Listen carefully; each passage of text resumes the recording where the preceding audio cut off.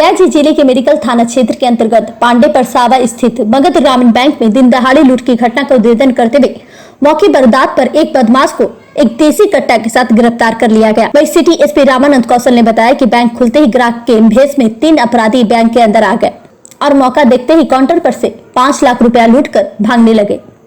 भागने के क्रम में पब्लिक द्वारा एक लुटेरे को पकड़ लिया गया। लुटेरे की पहचान परैया थाना क्षेत्र के अमित दास के रूप में हुआ है। उसके पास से एक देसी कट्टा और लूटे गए 50,000 रुपया बरामद किया गया है। शेष रकम 4.5 लाख रुपए बैंक कर्मियों ने रुपए की भी बरामदी कर ली है। उन्होंने बताया कि फरार दोनों अपराधियों की पहचान कर जल्द पकड़ने के लिए छापेमारी की जा रही है। गया से मगधभूमि न्यूज के लिए मनोज कुमार की रिपोर्ट।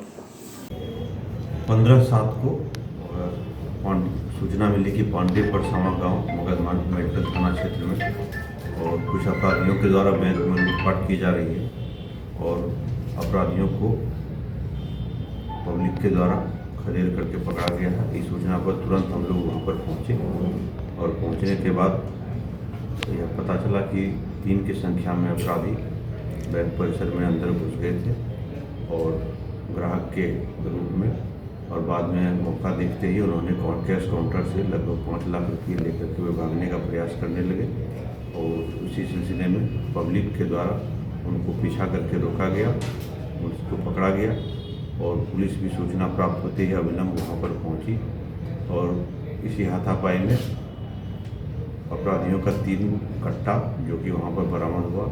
एक अपराधी को लूटे हुए 50,000 रुपये के साथ पकड़ा गया और सभी अपराधियों की पहचान इस पूरे प्रकरण में कर ली गई है और इसकी छापेमारी के लिए हम लोग प्रयासरत हैं। कितना लूट हुई थी?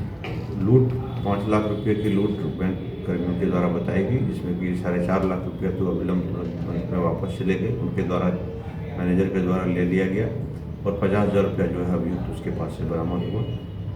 पहले भी अपराधी मामले में थे और इसके विषय में हम लोग गहन छानबीन कर रहे हैं और फिलहाल जो पकड़ाया हुआ अभियुक्त है वो थाना परैया का अमित दास है और अन्य 2 अभियुक्तों की पहचान हुई है और सबका आपराधिक इतिहास और योजना इसके संबंध में हम लोग डिटेल अनुसंधान कर रहे हैं। और लोगों की भी शामिल होने की संभावना है?